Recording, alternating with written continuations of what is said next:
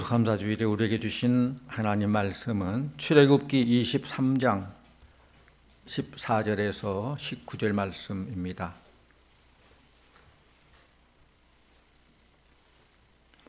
너는 매년 3번 내게 절기를 지킬지니라. 너는 무교절의 절기를 지키라. 내가 내게 명령한 대로 아비볼에 정한 때에 이랫동안 무교병을 먹을지니 이는 그 달에 내가 애굽에서 나왔음이라. 빈손으로 내 앞에 나오지 말지니라. 맥주절을 지키라. 이는 내가 수고하여 밭에 뿌린 것의 첫 열매를 거둠이니라. 수장절을 지키라. 이는 내가 수고하여 이룬 것을 연말에 밭에서부터 거두어 저장함이니라. 내 모든 남자는 매년 3번씩 주 여호와께 보일지니라.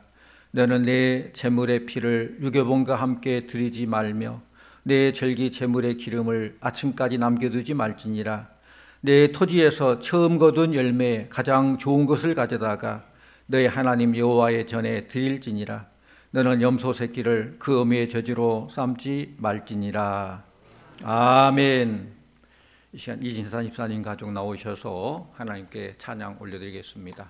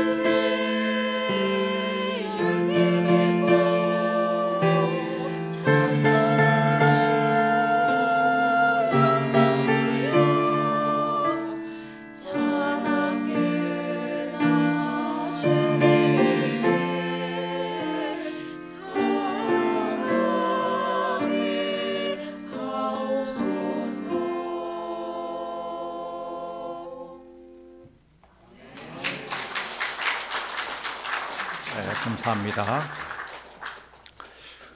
여기까지 인도해 주시고 오늘 우리에게 추수감사주의를 허락하신 하나님께 감사와 영광과 찬송을 올려드립니다.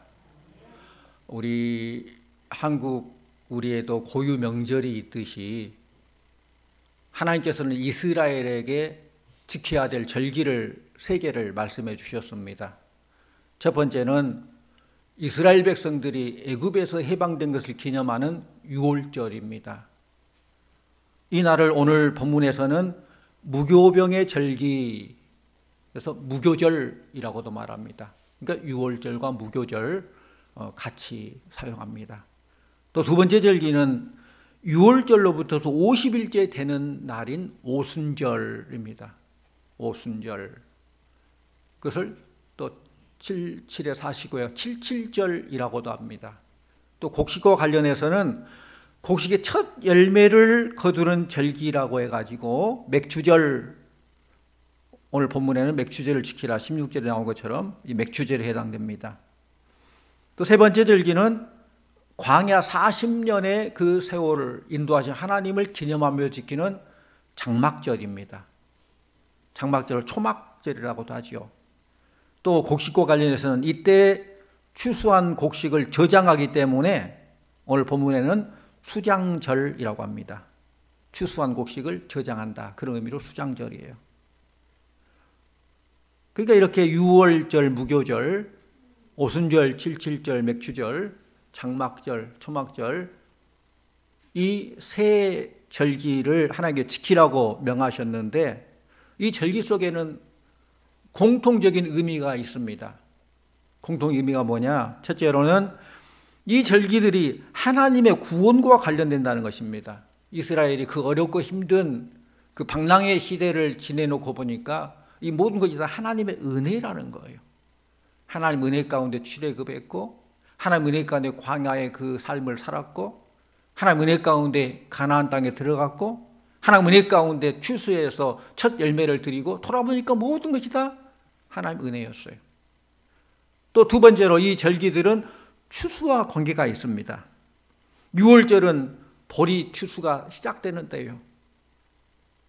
오순절은 보리 추수가 끝나는 때예요. 장막절, 수장절은 가을 추수가 끝나서 저장하는 때, 오늘날 추수감사절입니다. 왜 하나님께서는 이 세 번의 절기 속에서 우리 모두가 구원을 기억하고 또 주신 곡식을 거두는 것과 연결시켜서 이 절기들을 지키라고 하셨을까? 그것은 하나님께 주신 은혜의 풍성함을 알게 하기 위함입니다. 하나님의 은혜는 풍성합니다. 믿습니까? 영적으로만이 아니라 모든 면에서 풍성한 은혜예요. 많은 사람들이 착각하기를 내가 물질적으로 많이 가진 것만을 풍성함으로 생각하는데, 가진 것을 바로 사용하는 데에서 누리는 풍성함, 그걸 알아야 돼요. 성도님들, 여러분이 얼마나 많이 가지면 풍성하다고 생각할 거예요? 아, 나는 이 정도면 풍성하다. 그런 뭐가 있을까요? 어떤 사람은 한 달에 수천만 원을 벌어도 만족함을 모르고 불평하고 늘 불안하고 그런 삶을 사는 사람이 있는가 하면은, 어떤 사람은 하루 근근히 밥 먹고 살면서도 주신 은혜 감사하고 만족하며 그런 행복을 누리는, 부유함을 누리는 그런 사람이 있어요.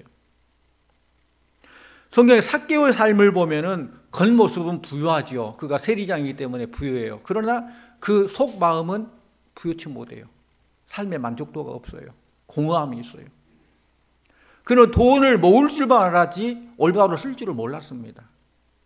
그러던 그가 주님을 만났을 때 무엇이 참된 가치 있는 삶인가를 깨닫게 되고 참 만족을 누리게 되는 것이죠. 성도님들, 물질에 있어서 참된 즐거움은 모을 때보다도 모은 것을 가치 있게 나눌 때에 참 행복이 있는 것입니다. 우리가 사는 이 시대는 먹을 것이 없어서 궁핍한 시대가 아니라 가진 것을 잘 사용하지 못해서 궁핍한 삶을 살게 되는 거예요. 인도의 성자라고 일컫는 간디는 이런 말을 했습니다. 희생 없는 신앙이 총체적인 파괴를 가져온다. 희생 없는 신앙이 총체적인 파괴를 가져온다. 러시아란 나라를 보면 러시아가 본래 기독교 국가였습니다. 그런데 그 기독교 국가가 어떻게 공산화되었습니까? 물론 여러 가지 관점에 따라 많은 얘기를 할 수 있겠지만은 신앙적인 면에서 보면은 교회가 교회의 삶을 감당하지 못했기 때문에 그래요. 교회가 희생하지 않아서 그래요. 주님을 닮아야 될 성도가, 교회가 섬길 줄 모르고 희생할 줄 모르기 때문에 결국 세상으로부터 교회가 버림받게 되고 무신론주의가 지배하게 되는 그런 결과가 됐습니다. 희생 없는 신앙은 총체적인 파괴를 가져온다. 깐디의 말이 맞아떨어진 것이죠. 우리 교회가 그렇게 되지 않기를 바라고, 우리 한국 교회가 그렇게 되지 않기를 바랍니다. 우리는 종교 개혁자들이 주장했던 것처럼 성경으로 돌아가자. 성경에서 하라 하면 하고, 하지 말라면 하지 말고, 가라면 가고, 서라면 서고, 말씀대로 믿고 말씀대로 순종하는 것, 그것이 올바른 성도의 삶, 올바른 교회의 삶이라는 거예요. 하늘보좌를 버리시고 이 땅에 종으로 오신, 십자가에 죽기까지 복종하신 우리 주님을 보여야 돼요. 인자가 온 것은 성명을 받으려 함이 아니라 도리어 섬기려 하고 자기 목숨을 많은 사람의 대속물로 주려 함이라는 주님을 배워야 된다는 것이죠. 자기를 희생해서 목숨까지 주시는 주님 앞에 우리는 자존심 싸움하면서 네가 높으니 내가 높으니, 네가 잘났니 내가 잘났니, 그런 싸움을 해서는 안 된다는 것입니다. 유교적인 폐단을 지적하면서 유교적인 폐쇄적인 틀을 벗어나야 나라가 소망이 있다고 주장하면서 공자가 죽어야 나라가 산다라는 그런 책을 쓴 교수님이 있어요. 그것과 빗대어 볼 때 내가 죽어야 교회가 살고 내가 죽어야 내 영혼이 사는 거예요. 우리 그리스도는 죽고 사는 것이 우리 그리스도, 십자가와 부활이에요.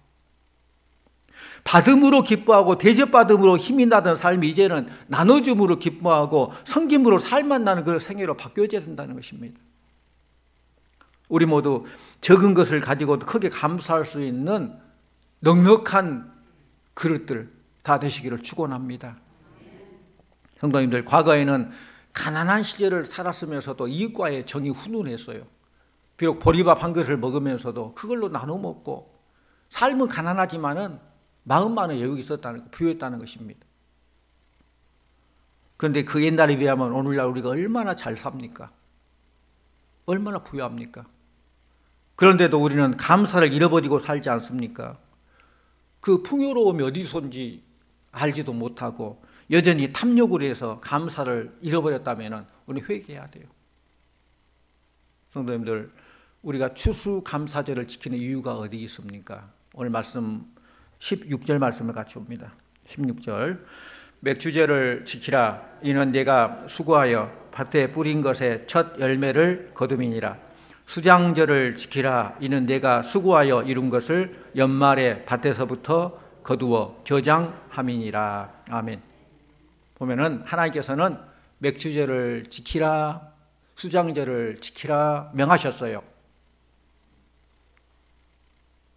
그러므로 하나님 말씀을 지키는 것, 이건 추수감사절을 지키는 것은 하나님의 명령이기 때문이죠. 그러므로 하나님 말씀을 우리가 소홀히 한다거나 하나님 그 말씀을 그대로 받아들여야지 거기에 또 무엇을 가한다거나 감한다거나 그러면 안 된다는 거예요. 1.1핵이라도 가감해서는 안 된다는 거예요. 하나님께서 명하셔서 명한 대로 지키는 거예요. 우리 하나님 말씀을 지키지 않으면 하나님께 기뻐하지 않습니다. 신명기 28장 1절 2절, 내가 내 하나님 여호와의 말씀을 삼가 듣고 내가 오늘 내게 명령하는 그의 모든 명령을 지켜 행하면 내 하나님 여호와께서 너를 세계 모든 민족 위에 뛰어나게 하실 것이라. 내가 내 하나님 여호와의 말씀을 순종하면 이 모든 복이 내게 임하며 내게 이르리니. 하나님 말씀을 듣고 지킬 때 하나님께서는 복을 주시겠다 약속하셨습니다. 하나님 약속하신 대로 신실하게 지키시는 하나님이십니다. 우리가 추수감사를 지키는 두 번째 이유는 특별한 감사를 하기 위함입니다. 물론 우리가 365일 모든 날 감사해야 돼요. 하루 24시간 365일 늘 감사해야 되죠. 그것이 곧 범사에 감사하는 것입니다. 그러나 특별한 날을 정해서 감사하도록 하는 것은 의미가 있는 것이죠. 오늘 말씀 보면은 맥주절을 지키라, 수장절을 지키라. 오늘날 말하면은 맥주감사절을 지키라, 추수감사를 지키라 그 말이에요. 사람들은 특별한 날에 이름을 붙여서 뭔가 의미를 부여하죠. 그러면은 보통 날이 특별한 날이 되는 거예요. 자기가 태어난 날 생일로 지키잖아요. 또 부부가 만나가지고 결혼한 날 결혼 기념일을 지키잖아요. 또 젊은 청년들 보면은 만난 지 100일 됐다, 1년 됐다 하면서 그것도 뭔가 또 의미를 부여해서 또 지키고 그러잖아요. 나라도 마찬가지, 나라에서도 국가에서도 국경일을 지키고 기념일을 지키죠. 독립을 기념하면서 3.1절을 지키고 광복을 기념하면서 광복절을 지키고 또 전쟁의 그 힘든 것을 또 기억하면서 6.25를 또 기념하고 그렇습니다. 이처럼 똑같은 날임에도 의미를 부여해 놓으면 의미 있는 날이 되는 거예요. 그래서 우리가 360을 범사에 감사하며 항상 감사되겠지만은 특별히 이 날을 정해놓고 그동안 못했던 감사를 더욱 집중해서 할 수 있도록 감사를 표현할 수 있도록 그렇게 하는 거예요. 이스라엘 백성들이 하나님의 인도로 출애굽하여서 광야에서 40년 동안 방황하며 살다가 요단강 앞에 서게 되고 결국 하나님의 은혜로 요단강을 건너게 되고 가나안 땅에 들어가고 거기서 땅을 부여받아서 정착합니다. 그들이 열심히 씨를 뿌려서 열매가 맺고 추수하게 되고 그 첫 곡식을 거두게 되었는데 이때 생각해보니까 하나님의 은혜가 너무너무 감사한 거예요. 그 은혜에 감사해서 오늘 말씀처럼 첫 곡식을 하나님께 드리면서 감사한 거예요. 그래서 16절에도 첫 열매를 거둠이니라 19절에서도 처음 거둔 열매에 가장 좋은 것을 가져다가 이렇게 나와 있어요. 성도님들, 우리가 어떻게 감사절을 지켜야 될까요? 마지막 19절 말씀 다시 한번 같이 보곤 합니다. 19절 내 토지에서 처음 거둔 열매에 가장 좋은 것을 가져다가 너의 하나님 여호와의 전에 드릴지니라. 너는 염소 새끼를 그 어미의 저지로 삶지 말지니라. 이 보면은 처음 거둔 열매에 가장 좋은 것을 가져다가 그랬어요. 물론 첫 열매가 꼭 좋은 것은 아닐 거예요. 그러나 그 의미가 가장 좋은 것이라 그 말이에요. 첫 열매를 드린다는 것은 두 번째, 세 번째 이 모든 게 하나님의 것인데 그것을 내가 인정하고 하나님께 드립니다. 그런 신앙의 고백이죠. 축복은 감사의 문으로 들어오고 불평의 문으로 나갑니다. 따라해 볼래요? 축복은 감사의 문으로 들어오고 불평의 문으로 나갑니다. 그렇습니다. 우리는 감사의 문을 넓히시고 불평의 문을 닫아버리시기 바랍니다. 그래야 남은 인생, 풍성한 인생의 삶, 부유한 삶을 살 수 있는 거예요. 15절 말씀을 같이 봅니다. 15절 너는 무교병의 절기를 지키라. 내가 내게 명령한 대로 아비월에 정한 때에 이래 동안 무교병을 먹을지니 이는 그 달에 내가 애굽에서 나왔음이라. 빈손으로 내 앞에 나오지 말지니라. 빈손으로 내 앞에 나오지 말지니라 했어요. 이스라엘은 농사하여서 처음 거둔 열매를 가지고 하나님께 나왔습니다. 당시 농경사회이기 때문에 수고하여서 밭에서 뿌린 것의 첫 열매를 드렸어요. 그런데 생각해보면 요즘 현대사회에서는 물론 밭에서 난 첫 열매만이, 그것만이 첫 열매는 아니죠. 우리가 열심히 일하고 노동하여서 받아들인 그것 역시, 소득 역시 첫 열매가 되는 거예요. 한 성도의 집에서 소를 키웠는데 그 소가 새끼를 낳았어요. 소가 새끼를 보통 몇 마리 낳죠? 네? 보통 한 마리 낳는데요. 근데 그 가정은 하나님께서 복을 주셨는데 쌍둥이 새끼를 낳았어. 2마리를 낳았어요. 얼마나 기뻐요. 그냥 한 마리 낳는 것도 기쁜데 2마리 쌍둥이를 낳았으니 얼마나 기뻐요. 그래서 그 농부가 너무너무 감사해서 하나님 너무 감사해요. 이 한 마리를 하나님께 드리겠습니다. 그랬대요. 대단하잖아요. 11조를 잘 드린 것도 감사한데 10분의 5를 드린다는데 둘 중 하나를 드린다는데 너무너무 대단한 거예요.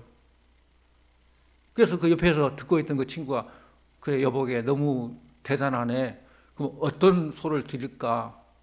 근데 한 배에서 나온 소도 색깔이 달랐나 봐요. 하나는 보통 누런 소인데 하나는 얼룩 소였대요. 그래서 농부가 그냥 아무거나 드리지 뭐 그렇게 대답하더래요. 어떤 소를 드리려고 하니까 아무거나 드리지 그래요. 소가 2달 정도 돼서 잘 크던데 갑자기 소가 한 마리가 시름시 앓더니 병들어 죽고 말았어요. 얼룩소가 죽어버렸대요. 그 친구가 와가지고 이보게 한 마리를 하나님께 드린다고 했는데 이제 어떻게 해야 되는가? 그랬더니 그 농부가 하는 말이, 내가 속으로 얼룩소를 하나님께 드리려고 했는데 얼룩소가 죽어버렸는데 뭐 어떻게 하겠는가? 못 드리지 뭐. 그러더래요. 그게 우리 인간의 마음이에요. 말로는 감사하면서 드린다고 하는데 실제로 딱 부딪히니까 이해관계 따지는 거예요. 이해관계를 따지는 거예요. 인색하게 되는 거예요. 우리 성도들은 하나님께 진정한 감사를 드리고 또한 드린 예물이 하나님께 연락되기를 간절히 축원합니다. 감사와 관련해서 3종류의 사람이 있다고 합니다. 감사할 일이 있으면서도 감사하지 않는 사람이 있어요. 로마에서 내려온 이야기입니다. 로마 정부가 믿는 사람들, 그리스도인을 핍박하냐, 교회를 핍박하고 믿는 사람들 잡아다가 막 고문도 시키고 사형시키고 막 그랬어요. 그 기독교 핍박 시대에 로마 정부가 한 성도를 이제 핍박하고 있는데 그 성도가 그 핍박을 피해서 산속으로 도망을 갔어요. 산속으로 도망갔는데 산속을 배회하다가 사자를 만나게 돼요. 얼마나 무섭습니까? 근데 사자를 딱 만났는데 사자가 일어서지 말고 둘러 누워있으면서 막 고통 속에 있더래요. 그래서 가만히 보니까 그 사자가 일어서지도 못하고 누워있는데 그 발바닥에 큰 가시가 박혀 있어요. 그래서 그 성도가 이래서 안 되겠다고 무섭고 떨리지만은 조심조심 가가지고 그 사자 발에서 가시를 쭉 빼줬어요. 그때 그 사자가 빤히 쳐다보더니 어시렁어시렁 숲속으로 들어가더랍니다. 그리고 한참 지났어요. 오랜 세월이 지난 후에 그 사람이 예수 믿는다는 이유 때문에 로마 정부에 잡혀가지고 처형을 당하게 돼요. 그 처형은 크게 2가지 처형이 있거든요. 불에 태워 죽이는 화형의 처형이 있고, 온형경기장에 굶주리는 사자한테 던져버려가 사자 밥이 되게 하는 그런 잔인한 처형을 받게 돼요. 그런데 이 성도가 온형경기장에 사람들을 많이 모아놓았는데 거기 던져 사자 밥이 되게 하는 그런 처형을 처하게 되고 그렇게 온형경기장에 던져지게 돼요. 그럼 굶주리는 사자가 확 나와가지고 막 물어뜯고 그 죽는 모습을 그 많은 관중들이 지켜보고 그런 아주 잔인한 처형인데, 그런 처형 벌을 받게 되고 온형경기장에 그 성도를 던졌는데 굶주리는 사자가 확 와가지고 그 잡아먹으려고 타가더니 그 성도가 팍 서더래요. 근데 말끔히 물끄러미 보더니 팍 엎드려서 큰 절을 하더래요, 사자가.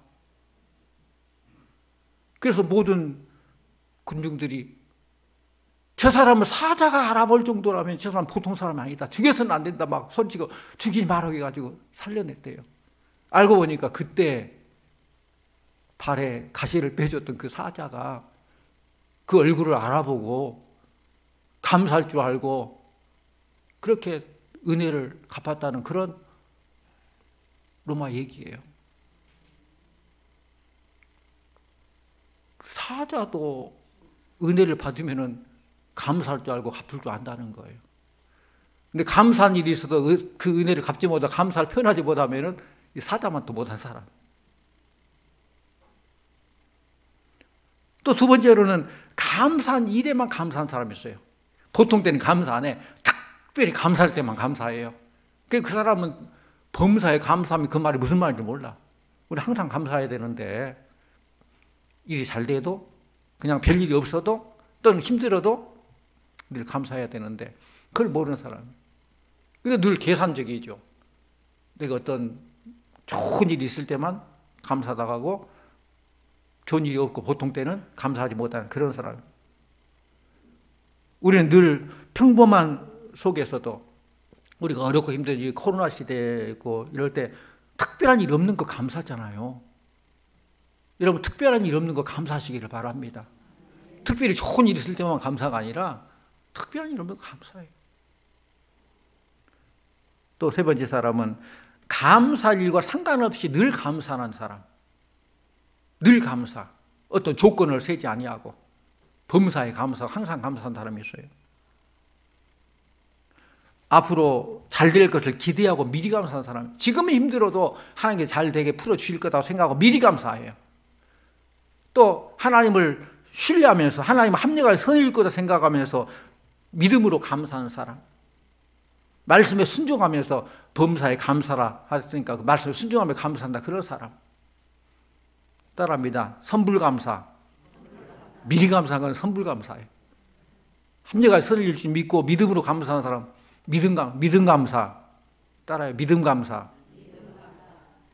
순종 감사.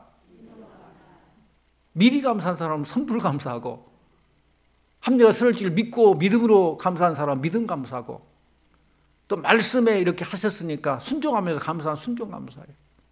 이처럼 미리 보며 감사하고 믿음으로 감사하고 순종하며 감사한 사람은 차원 높은 감사의 사람입니다. 우리 성도님들이 차원 높은 감사의 성도님들 다 되시기를 축원합니다. 하나님께서 처음 거둔 열매 중에 좋은 것을 드리는 것은 하나님 중심, 하나님 우선의 삶을 사는 고백이에요. 우리 그리스도인들 중에는 하나님보다 자기의 이해관계를 앞세우는 사람이 참 많아요. 그렇죠? 하나님 뜻보다는 자기 뜻을 앞세웁니다. 하나님의 어떤 교회의 덕보다는 자기의 유익을 앞세웁니다. 그 사람이 무엇을 앞세우느냐에 따라서 그 사람이 어떤가를 알 수 있죠. 됨됨이 알 수 있죠. 자기가 중요하게 생각하고 자기 중심에 있는 것을 앞세우기 마련입니다. 하나님 중심의 사람은 하나님 중심의 삶, 교회 우선의 삶을 삽니다. 처음 거둔 열매를 드리는 것은 내 모든 것이 하나님 것입니다, 하나님으로부터 왔습니다라는 신앙의 고백이고 하나님께 감사하는 거예요. 자식이 잘 자라서 대학을 졸업하고 직장에 취업하고 첫 월급을 받았습니다. 그래서 이 자식이 부모님께 그 월급을 가져와서 아버지, 어머니, 저를 오늘까지 키워주셔서 감사합니다. 제가 이렇게 자라고 커서 직장 다니고 이렇게 돈을 처음 벌게 됐는데 이것은 나 혼자만 힘으로 된 것이 아닌 줄 압니다. 부모님 덕분입니다. 제가 처음으로 받은 월급 먼저 부모님께 가지고 왔습니다. 너무너무 고맙습니다 하고 부모님께 드리면은 어때요? 이런 자식이 될성 싶은 자식이죠. 이 부모 입장에서는 지금까지 고생해서 키우고 열심히 피땀 흘린 모든 것을 다 보상받는 그런 뿌듯함이 있을 거예요. 하나님과 관계도 같다고 생각합니다. 우리가 열심히 일했습니다. 땀 흘려서 수고했습니다. 그 결과로 우리가 어떤 소득을 얻게 됩니다. 그러나 생각해 보면 하나님께서 은혜 주셔서 지금까지 우리가 산 거예요. 지금까지 지내온 것 주의 크신 은혜라. 하나님 은혜예요. 어떤 믿음 좋은 우리 성도, 우리 성도들 중에서도 믿음 좋은 어떤 성도는 첫 월급을 타서 첫 열매라고 하나님께 드리는 그런 성도가 있어요. 그럼 목사는 너무너무 막 감동이 되고 하나님께서 이 성도의 예물을 어떻게 받으실까 생각을 해봐요. 그동안 그 월급을 받기 위해서 얼마나 많은 돈을 투자했지 않겠습니까? 얼마나 많은 돈을 또 쓸 때가 얼마나 많겠어요. 월급만 받으면 또 뭐 기대하는 것이 얼마나 많겠어요. 그럼에도 불구하고 이건 첫 열매입니다. 하나님께 지금까지 인도해 주셨고 하나님께 주신 것입니다 하고 하나님께 내드린다는 것은 그건 대단한 거예요. 전폭적으로 하나님을 신뢰한 것이죠. 물질세계 주권을 하나님께 인정하고 그런 사람이에요. 하나님께서도 감동하시고 하나님께 인도하실 거다. 이런 사람은 하나님과의 관계에서 물질의 재정관이 확실히 정립된 사람이다라는 것을 생각하게 됩니다. 우리가 늘 감사해야 되는데 진정한 감사는 깨달으면서 오는 것입니다. 늘 말씀드렸지만은 감사가 영어로 thank, T-H-A-N-K잖아요. 근데 그것은 T-H-I-N-K에서 왔다는 거예요. 어원이. think는 생각하다. think. 그러니까 생각하면은 감사할 수밖에 없는 거예요. 생각해보니까 너무너무 감사한 거예요. 올 1년도 오늘 11월 셋째 주인데 생각해보니까 너무너무 감사한 거예요. 그럼에도 불구하고 감사한 거예요. 뭐가 잘 되고 물질이 풍성해서 감사가 아니라 돌아보니까 그럼에도 불구하고 여기까지 인도하신 거 너무너무 감사한 거예요. 늘 우리가 감사를 생각하면서 긍정적인 깨달음은 더 많은 감사를 하게 되면 이게 바로 긍정의 힘입니다. 우리 하나님께 감사할 때는 또 정성껏 해야 돼요. 정성껏 해야 돼. 그런 의미가 처음 거둔 열매에 가장 좋은 것을 드린다, 그런 의미입니다. 정성을 다할 때 감동이 있는 것이죠. 하나님은 뭐가 조금 더 있냐 덜 있냐가 아니라 그 마음이 실어진 그것. 아벨과 그 제물을 받았다는 것처럼 제물을 받기 전에 아벨의 그 마음, 하나님 향한 정성, 그걸 먼저 받은 것처럼 그 정성을 본다는 거예요. 똑같은 것이라도 정성이 깃들어 있느냐 깃들이지 않느냐에 따라서 달라지는 거예요. 그럼 정성이 있냐 없냐 어떻게 알아요? 준비성입니다. 준비성. 미리 기도하면서 준비하는 거 아니면 즉흥적으로 그냥 순간 기분으로 그렇게 하느냐, 그거 보면 알아요. 우리 하나님 감사할 때 늘 정성껏 준비하고 그렇게 하나님을 감동시키는 우리 모두가 돼야 돼요. 헌금에도 정성이 들어가야 돼요. 말씀을 맺습니다. 우리가 오늘 추수감사주일인데 먼저 베풀어 주신 하나님 은혜에 늘 감사하는 그런 마음을 가지시기를 바랍니다. 그리고 우리 입술로 고백해야 돼요. 하나님 감사합니다. 하나님 찬양합니다. 너무 좋습니다. 여러분, 하나님과의 관계 속에 그렇지만은 이웃과 관계도 감사를 표현해야 돼요. 감사해요. 고마워요. 부모님에게도 늘 감사해요. 사랑해요. 부부간에도 사랑해요. 감사해요. 표현해야 돼요. 속으로만 생각하고 표현 안 하면 안 돼요. 마음으로도 감사해야 되고 입술로 찬양으로 하나님께 감사해야 되고 또 그 정성을 모아서 물질로도 감사 표현을 해야 되고 늘 감사 삶이 여러분의 삶 속에 끊이지 않기를 원합니다. 주어진 일에도 감사할 때에 또 작은 일에도 감사할 때 하나님께서는 더 큰 일에 감사를 주시고 감사가 풍성한 삶, 누림으로 풍성함도 있지만은 물론 우리가 영적인 것도 감사하고 물질적으로 모든 게 감사해야 돼요. 그러나 주신 물질의 풍성함으로만 감사가 아니라 영적인 그런 부유한 기름 부심의 감사도 있고 영과 늘 감사가 차고 넘치는 참으로 넘치는 감사, 행복한 남은 삶이 되시기를 주의 이름으로 간절히 축원합니다. 기도하십시오. 아버지 하나님 감사합니다. 순간순간 힘들고 어려운 그런 때이고 지나온 길 같지만 돌아보니까 하나님의 은혜요, 생각해 보니까 모든 것이 하나님의 인도하심이고 하나님의 채워주심으로 여기까지 온 줄로 믿습니다. 오늘 추수감사절로 지킵니다.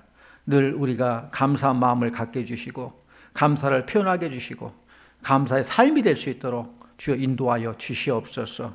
여기까지 인도하신 하나님께서 앞으로도 인도해 주시고 우리 모든 삶을 통해서 영광 받으시고 할 일을 잘 감당할 수 있도록 역사하실 줄 믿습니다. 주님의 쓰임에 내어드리는 우리 모두가 되게 하여 주시옵소서. 주께 모든 것 감사드리옵고 예수님의 이름으로 기도하옵나이다. 아멘.